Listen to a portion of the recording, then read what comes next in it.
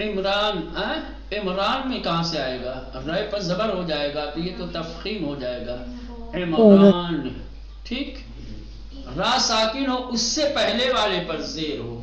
چلیں یہ ہو گیا. نمبر 3 را ساکن اس سے پہلے والا حرف ساکن اس سے پہلے والے حرف پر زیر ہو، جیسے سحر، السحر کہو یا خالی سحر کہو، الذکر یا ذکر کہو، وتر کیا ہے؟ وتر. اور بھی آپ مثالیں لا سکتے ہیں قرآن سے، ٹھیک؟ دیکھیں سحر میں را ساکن ہے، ہا ساکن ہے، اس سے پہلے سین ہے جس کے نیچے زیر ہے، تو ترقیق کے ساتھ السحر. الذکر بھی اسی طریقے سے، ٹھیک؟ اب چوتھا مورد، را ساکن ہو ما قبل یا مدی ہو، یا ساکن اس سے پہلے یا مدی ہو. یا مدی کا مطلب یہ ہوتا ہے یا ساکن اس سے پہلے مکسور، سمجھ رہے ہیں؟ تو یہ تیسرے اور چوتھے میں تھوڑا سا فرق ہے. وہاں کلی طور پر تھا کوئی بھی حرف ہو، اگر را ساکن ما قبل ساکن اور ما قبل زیر ہے تو وہ جس حرف کے نیچے زیر ہے وہ کوئی بھی حرف ہو، ٹھیک؟ حتیٰ یہ بھی آ جائے گا، کیا آ جائے گا مولانا؟ یہ چوتھا بھی تیسرے میں آ جائے گا، ٹھیک؟ لیکن یہ ایک خود مخصوص حکم ہے کہ جہاں کہیں پر بھی را ساکن ہو اور اس سے پہلے یا مدی ہو تو را کو ترقیق کے ساتھ پڑھیں گے، جیسے قدیر، خبیر، ٹھیک؟ حالانکہ یہ مثالیں بھی آپ وہاں لے جا سکتے ہیں کہ نہیں لے جا سکتے. قدیر میں دیکھیں را ساکن ما قبل ساکن ما قبل مکسور ہے نا تیسرے میں، ہاں، تو یہ دونوں کی مثال بن سکتی ہے، ٹھیک؟ یہ قدیر بھی اس میں ہے لیکن جب یہ والا کہہ دیں گے کہ یہ خاص ہو جائے گا، چوتھا خاص ہو جائے گا، حالانکہ یہ تیسرے میں ہے. چوتھا والا حکم تیسرے والے حکم میں داخل ہے، چونکہ تیسرے والے میں کیا بتایا گیا؟ را ساکن ما قبل ساکن ما قبل مکسور.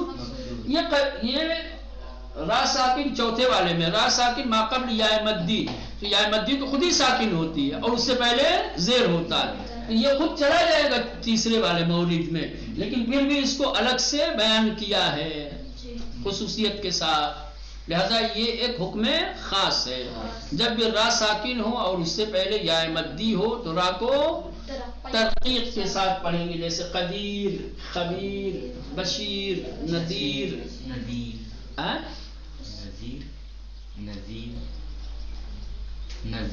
نذیر. چلے یہ ہو گیا. اب پانچواں را ساکنہ ما قبل یا ساکنہ، ٹھیک؟ را ساکنہ ما قبل یا ساکنہ، یہ بھی وہ تیسرے اور چوتھے کی طرح یہ بھی چوتھے میں بھی آئے گا اور ایک حکم خاص بھی ہوگا، نہیں ہوگا؟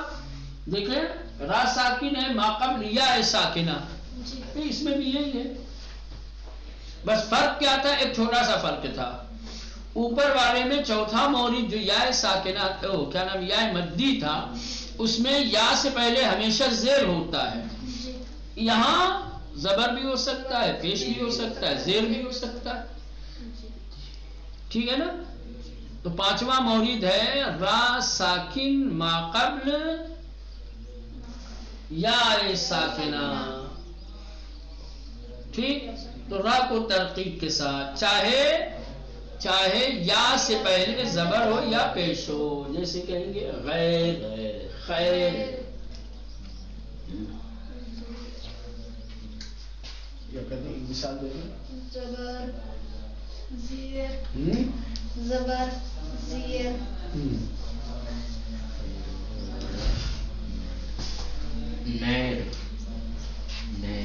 نیر. پیش کرنا، پیش والی کوئی مثال ہے؟ یہاں تو نہیں دیا. پیش والی مثال چونکہ پیش بہت کم آتا ہے، اسی لیے خالی زبر کی مثال دی ہے. شاید میرے خیال سے عربی زبان میں کوئی ایسا کلمہ نہیں ہے کہ جس میں یا را ساکن ہو اور اس سے پہلے یا ساکن ہو اور اس سے پہلے والے پر پیش ہو. ایسے بنائیں گے کہیں گے خیر خیر یرزقون ایسے نکالا تھا ورڈ. یرزقون یرزقون یرزقون یہ ترقیق والا تھوڑی ہے. یرزقون یہ دوسرا والا حکم لگے گا تفخیم والا. را ساکن ما قبل پیش تفخیم والے میں لگے گا. ہاں اس کی مثال شاید نہ ملے آپ کو اسی لیے دیا بھی نہیں ہے. ٹھیک تو یہ کل 5 موارد ہو گئے 5 مقامات ہو گئے کہ جہاں حرف را کو ترقیق کے ساتھ پڑھنا ہے. ٹھیک ایک بار جلدی سے پھر دہراتا ہوں. 5 مقامات 5 حالتیں را کی ایسی ہیں کہ جہاں پر را کو ترقیق کے ساتھ پڑھا جائے گا. نمبر 1 جب را مکسور ہو یعنی را کے نیچے زیر ہو جیسے رجال. را ساکن ہو ما قبل مکسور ہو جیسے فرعون مریتن. را ساکن ہو اور ما قبل مکسور ہو. را ساکن ما قبل ساکن ما قبل مکسور ہو. یہ تیسرا یہ رہے گا. را ساکن ما قبل ساکن ما قبل مکسور ہو جیسے السحر الذکر. نمبر 4 را ساکن ما قبل یائے مدی جیسے قدیر یسیر. نمبر 5 را ساکن اور ما قبل یائے ساکنہ چاہے اس یا سے پہلے زبر ہی کیوں نہ ہو جیسے خیر غیر. خوب اب یہاں پر تمرین کے لیے دوسری مثالیں دی گئی ہیں. پہلے آپ ان موارد کو اچھی طریقے سے اور مثالوں کو یاد کر لیجئے پھر کل انشاءاللہ تمرین میں دیکھیں گے. جب موارد یاد ہوں گے اور پھر تمرین کرنے کے لیے آپ میدان میں آئیں گے تو پتہ چلے گا کہ صحیح سے یاد کیا یا ایسے ہی رٹا مارا ہے. سمجھ کے یاد کیا ہوگا تو مثالیں صحیح پڑھیں گے اور پوچھیں گے ان مثالوں میں کہ یہاں پر اگر آپ نے را کو ترقیق کے ساتھ پڑھا ہے تو کس قاعدے کس حکم کے تحت اور اگر تفخیم کے ساتھ پڑھا ہے تو کون والا قاعدہ. کہ وہاں 6 قاعدے ٹھیک 6 مقامات ان میں سے کون سے مقام سے تعلق رکھتی ہے یہ مثال یا یہ 5 مورد ہیں تو ان 5 میں سے کس مورد کے متعلق کس مورد کے مطابق آپ جو ہے ترقیق کے ساتھ پڑھ رہے ہیں.